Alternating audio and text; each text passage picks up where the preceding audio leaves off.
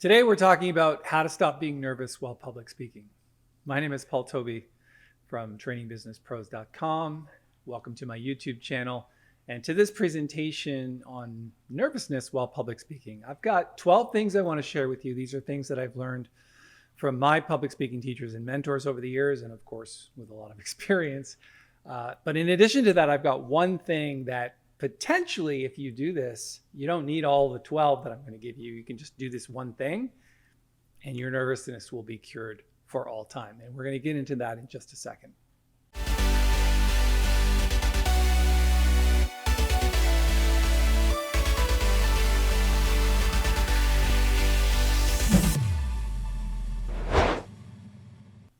So again, we're talking about how to stop being nervous while public speaking. Here are the 12 strategies that you can use on an ongoing basis that'll really help you. And then in the end, I'll share one really big thing that I think you're going to need that's probably going to cure your nervousness for good.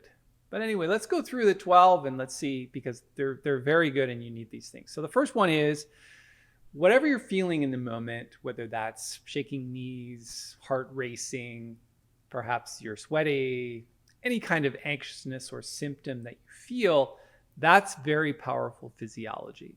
And that means that it's there to warn you that you are nervous. So it's not causing the nervousness, it's a symptom of your nervousness. So it's basically saying, hey, wake up, you're nervous, let's do something about it.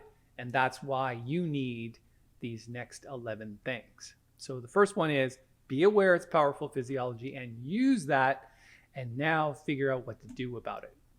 Breathing is probably right up there with number one on what you should probably do at all times. The problem with speaking is that you tend to string these really long sentences together, and in between those, you're using filler words like and ah, and you know, and whatever your filler words are. People have them and they're very hard to get rid of. You need to record yourself in order to get rid of them. And sometimes you don't even realize you're doing it. But if you stop doing it and replace it with breathing, that's really going to help your nervousness. Get comfortable with breaks, with pauses. Get comfortable with leaving space and use that time to get some air. So trusting yourself means that having that feeling of having faith that you're going to get through it. Whatever it is, whatever the critical thing that you're about to tackle is, whatever the presentation is, whoever it's in front of, whether it's 2 people or 2,000 people, you need to trust yourself enough that you have the experience and the knowledge to share, and that you'll simply get through it. So trusting in yourself is a really big step to ward off the whole feeling of nervousness. Staying present means that whatever you're going to say 5 minutes from now and whatever you said 5 minutes ago is not now. Those things are happening outside of the now. Now means whatever you're doing at this moment, and if you're not thinking about the future and obsessing about the past, that means you're more present. And the more present you are and being there for other people, the less nervous you'll be. So this concept of in the now, or the power of now, extremely powerful when you're talking about public speaking, especially when it comes to nervousness. So try to stay present. All right. People say things. They probably say things in a negative way. But in most cases, there's not a lot of that going on. But we often perceive it even if it's not there. So we're thinking, oh, they're judging me. They're thinking poorly of me. They're wanting me to fail. They've got all this negativity towards me. You're basically taking things that aren't even being said personally. And even if they are being said, that's not your stuff. That's their stuff. In fact, we usually focus on the things in other people we don't like because those are the things we feel about ourselves. It's called mirroring. Therefore, if you continuously take what other people say personally, especially with these days social media and stuff, you're going to constantly be on edge, and it has nothing to do with you. That's totally their stuff and totally their opinions. And in this world, opinions don't really matter. Taking action and results, that's really the only thing that matters. So don't take whatever they say personally. All right. Your mind is constantly playing that mental movie that things aren't going well. And whatever it's saying to you, like, oh, you're going to forget something, or you're not doing it properly, or you're going to miss the good parts, or whatever it is, just reach into your mind and say to yourself, hey, thanks for sharing. Talk to your mind, right? Thanks for sharing.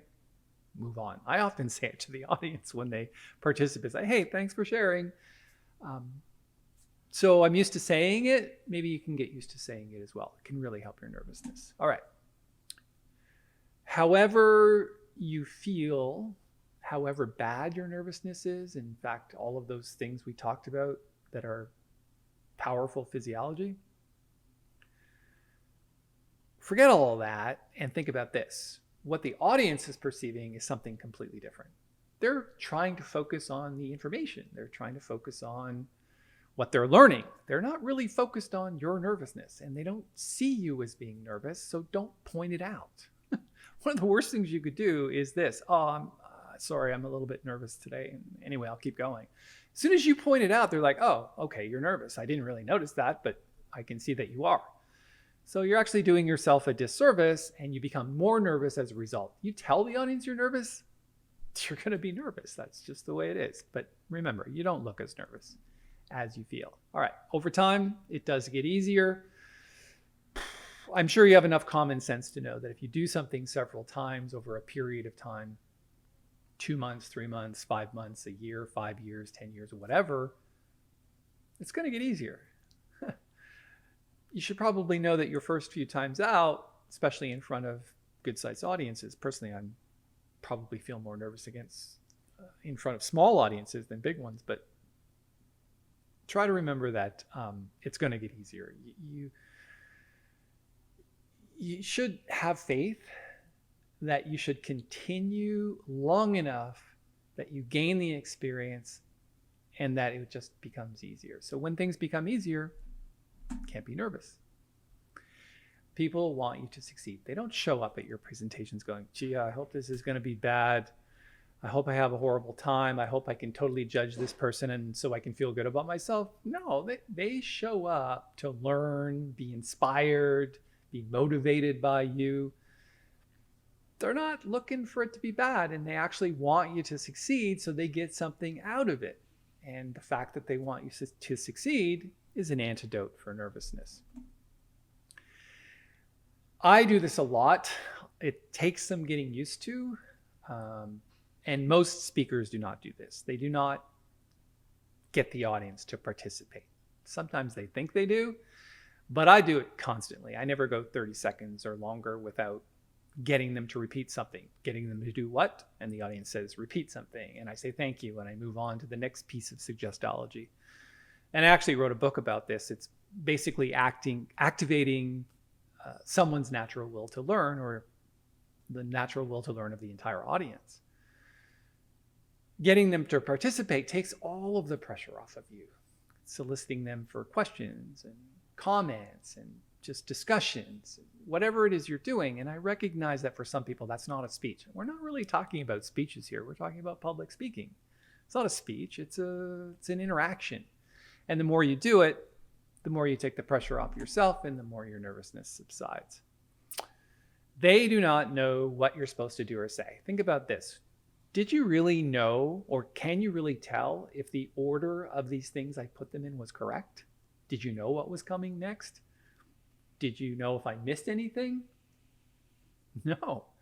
So try to stay away from PowerPoint as much as you can, because it pigeonholes you. It kind of keeps you stuck to what's on the slides. And if you skip one because you've got bad time management, then people will notice it. So therefore, try to remember that whatever you're doing, if you stay away from like the solid script in the PowerPoint, the audience can't tell what you missed or what's coming next. And if that's the case, then you can't really be nervous because it's just flowing in a natural progression of things, in a natural order. Okay, so drinking lots of water is right up there with air in terms of how to stop being nervous. Now, you tend to, when you're presenting, forget about breathing and forget about water. Water, just like breathing, is just as important. Have it on hand, drink lots before you start, drink lots when you finish, but have it on stage and drink it as much as you need to. And if you're worried about taking time out for doing that, just ask the audience for permission, like this. Is it okay if I take a little drink of water? The audience isn't going to say no. Hold the space. Take a drink of water and say thank you.